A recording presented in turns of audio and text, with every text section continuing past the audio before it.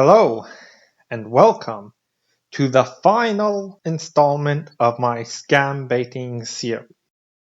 This episode will be better than all of the rest, in part because it contains boobies. Look, I gotta get my views and engagement up, so yes, I am making this promise. Previously on Scambaiting, Helena asked me for lawyer fees. I refused, and this surprisingly worked. As Nancy Reagan once said, just say no. After that, I had to kill time until I updated the deposit slip. As you remember, the original fund contained 50 million United States dollars, but I decided to jack it up a bit. Part of this scheme required me to contact a third bank. Helena gave me a suitable third bank, which I contacted, and I was offered 3 different account options. There was a hybrid, the deposit, and the premium. The premium had overdraft protection and no minimum transfer fee, while the deposit had no minimum transfer fees. Which got me wondering, is it premium enough?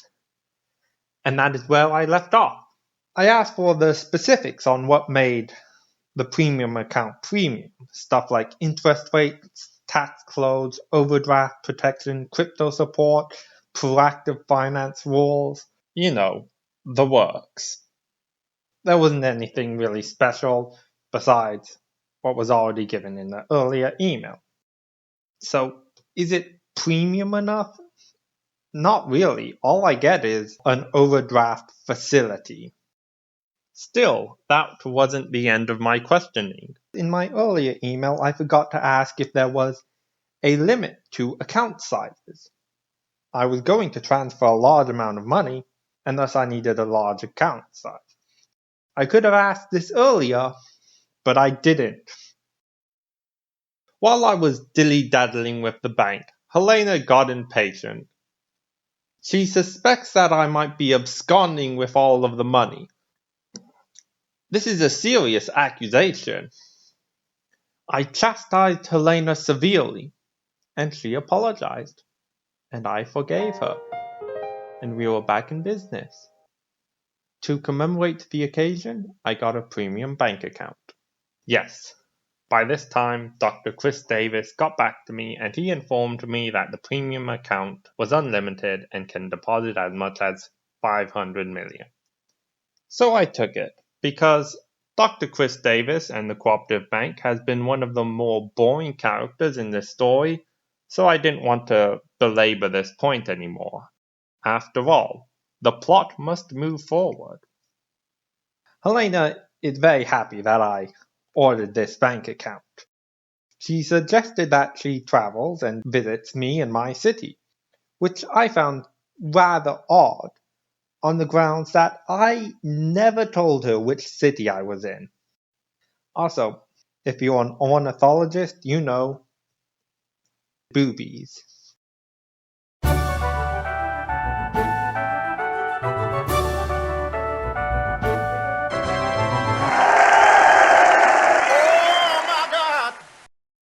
I suggested the local landmark in my city, the Tall Stave Synagogue. It looks like a pizzeria with a minaret on the outside, but on the inside they have some great frescoes and icons of the Buddhist Saint Confucius. Before we passed this email, this was at the point when I was realizing my college email is going to go kaput. And thus, there was no downside to upping the clown level. First of all, world religions. Synagogue, that's Jewish. Minaret, that's Islam.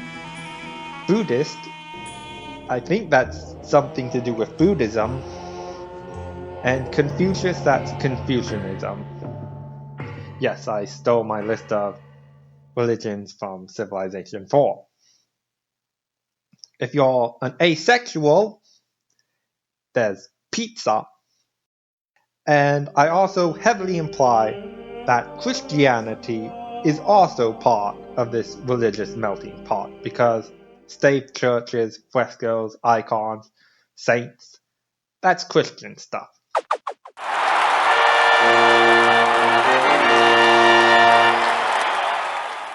But wait, there's more. That is a stave church. Stave synagogues do not exist. But if they did, I would imagine they would look something like that.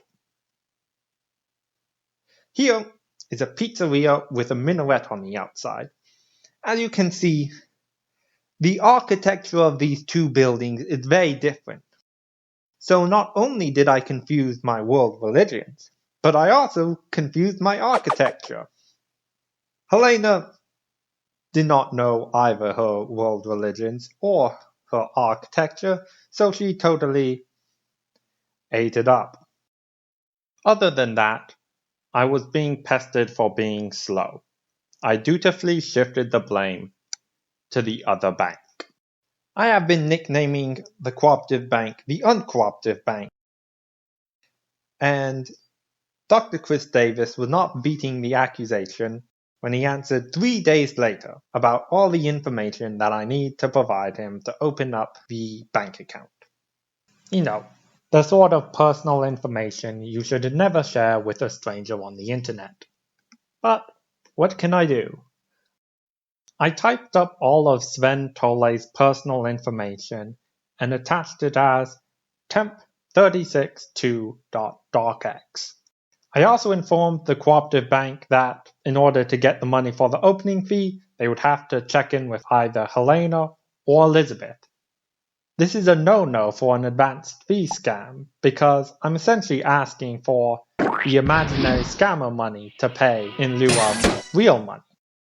And I attached the whole gang onto this email in an attempt to cause chaos. We'll get back to that later. But first, you may have noticed that I have a certain format for my file attachments. Well, this Chekhov's gun is about to go bang. Sven Tolle has a daughter who's in around first grade. So what did I attach? Simple. My daughter's first grade writing assignment. My favorite food by Jenna Tolle.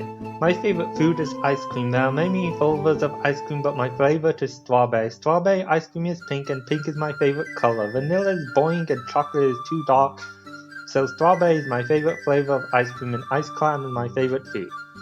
Ice cream is best when it is a hot day because ice cream is cold, but ice cream can also be ate inside in winter. I think the school should have ice cream during class because class is boring and I do not like math, but ice cream is good and I like ice cream. Perfect. First grade writing assignment. I also, once again, edited the previous email, so instead of 3,300 pounds, it's 3,300 Mexican pesos. Looking back on this wasn't my finest move. Here's the thing about the Mexican peso. Mexico is a diverse economy. The inflation rate is a bit higher than ideal, but it's not high enough to crimp the usability of the currency. And indeed, it is a usable currency. It's the 16th most traded global currency. So, besides the Mexican GDP per capita growth rate being surprisingly bad considering it's in a free trade zone with the largest economy in the world, and the Bank of Mexico using annoyingly small pictures for their sample bills, there isn't really any problems with the Mexican peso. And here's why that's a problem. In the world, there's city-states, partially recognized countries, not really recognized countries, terrorists, Kurds, no comment, the Principality of Sealand, and the Sovereign Military Order of Malta. Some of these have currencies that are in use. Others claim to have a currency, but said currency isn't really in use, so it's more of a decorative currency. So I have a wide variety of strange currencies that I could have used, but instead I changed it to the Mexican peso.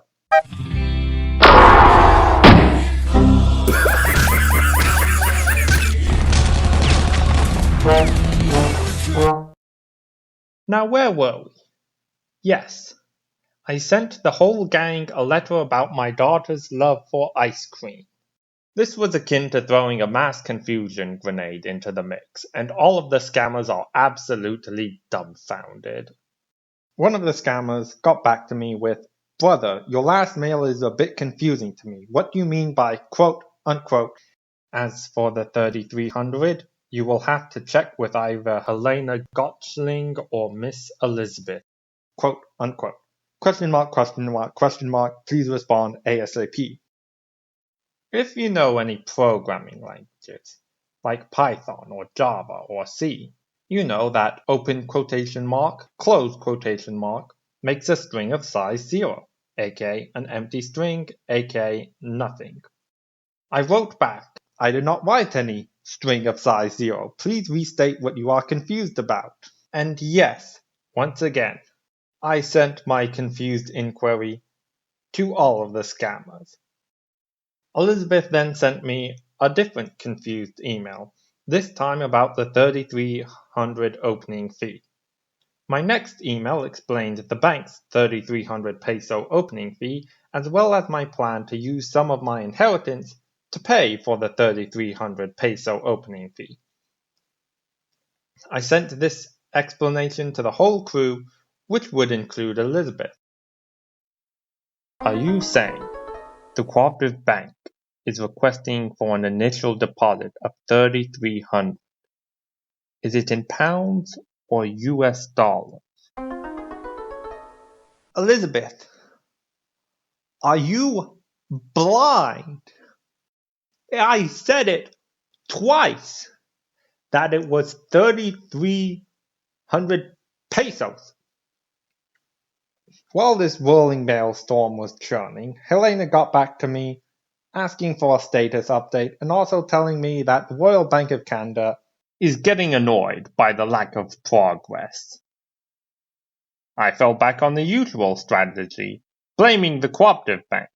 I reiterated my plan to use a fraction of the fund for the fee, letting the entire crew know of both my plan and my copying about the cooperative bank. For my emailing effort, I was once again urged to go faster. The uncooperative bank finally got back to me 3 days after I sent him my daughter's initial ice cream essay. Dr. Chris Davis informed me that 1. I didn't send my personal details, but instead an explanation on how I like ice cream, all caps. 2. The opening account is actually in Great British pounds and not in Mexican pesos. And 3. He doesn't know either Helena or Elizabeth, and thus will not be contacting them. And then, 1 minute later, I got the same email. I guess it was an important email and he didn't want me to miss it. 1. I explained away the ice cream goof via my dunder-headed system of naming files. A byproduct of this snafu is that I deleted my personal information and I need a reminder of what personal information to send. 3. I gave the cliff notes of how Helena and Elizabeth fit into their inheritance picture. And 2. I edited the previous email to once again replace Great British pounds with Mexican pesos. No cilantro. I have to add that qualifier to pretty much anything Mexican food related. And now, Helena is starting to crack. What the hell is wrong with me? I need to be a man and act like one. If I ain't have the balls in working in this deal, I should have backed out right from the start and allow Helena to sit someone else in replacement. Now I am stuck in the middle. My money is halfway gone. What do? You better go back to the cooperative bank and sort out things with them, or better still inform the Royal Bank of Canada for an alternative in receiving a fund. Just maybe they could be of help. Helena, aren't you part of the Royal Bank of Canada?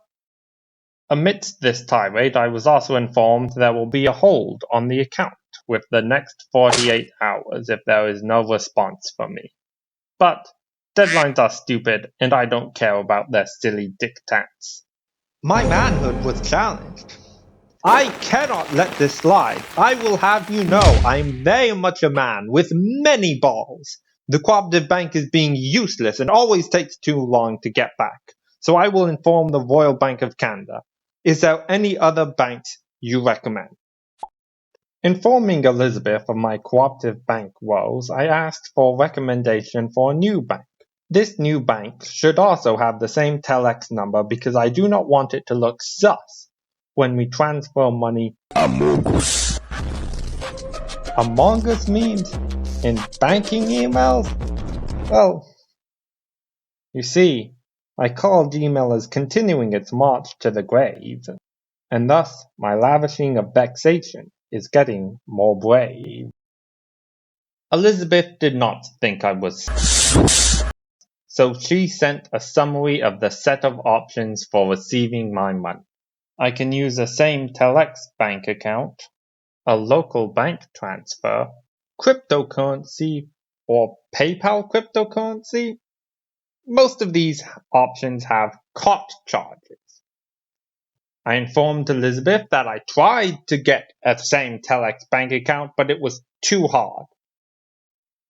Also, Sven Tolle isn't a banker, so he doesn't know what COT is.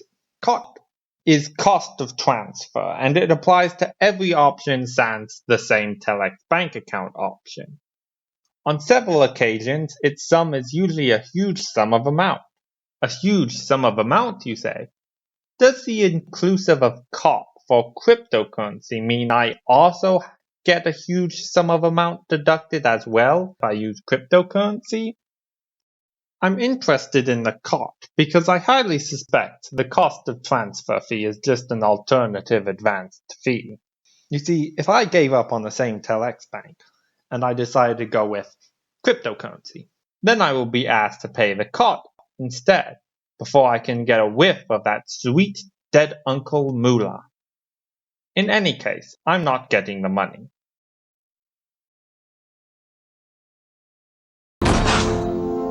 It's treason, then.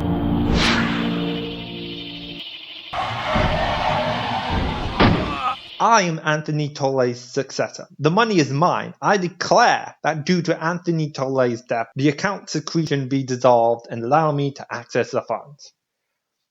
Sven Tolle is pissed, and there's a reason why. He really needs the money. He spent a good amount of time gambling in a shady hut-controlled speakeasy, and if he doesn't pay up, then he might get frozen in kryptonite. He's in need of cash and thus the emotional outburst. Now that all the drama between me, Helena, and Elizabeth is going on, you might be wondering, where's the cooperative bank? Dr. Chris Davis took his sweet time, taking 4 days to redeliver the list of personal information. You know, the sort of personal information you should never share with a stranger on the internet. But regardless, it was impossible for me to dox my deeds. For I was going on a road trip, and by the time I would have reached my destination, my college email would be dead. So there. That is it. The end. Psych! By some miracle I had internet for a short time on my road trip. I used this brief window of opportunity to explain my imminent departure. While I was working for Salazar Slytherin, I racked up a large Pazak debt.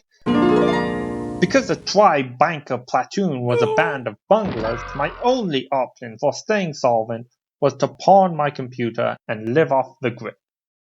Elizabeth offered condolences, though with extra instructions as well. Losing my laptop, it looked like the end. Less Londic happened, and I finally figured out how we can all prosper together, how we can succeed and achieve. So what is this League of Nations temp doge attached PowerPoint? League of Nations of Application Banking. How to use the League of Nations global documentation and character knowledge. Long dick. System to allow bank transfers from secured banks to correct individuals. Video guidance. Essentials! Each banking establishment involved in the transaction should send the person involved the D&D 5e character document to verify the authenticity of the bank's credentials. Having ineptly verified the bank's parade through the character documents, the person receiving the fund will then send the information on the following slide. Information sent. Full name, birth date, nationality, internationally accepted photo documentation, current address. Essentials! Part 2. Each banking establishment involved shall create a 4195 CAM compliant account, meeting the criteria appearing in the video.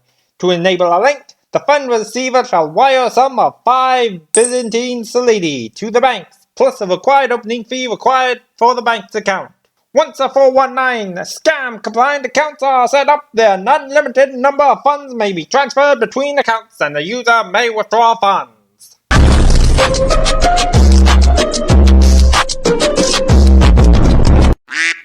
I had hoped that the long dick method would be the perfect bait. According to the long dick method, I should send the scammers everything they ever asked for, plus 5 Byzantine solidi.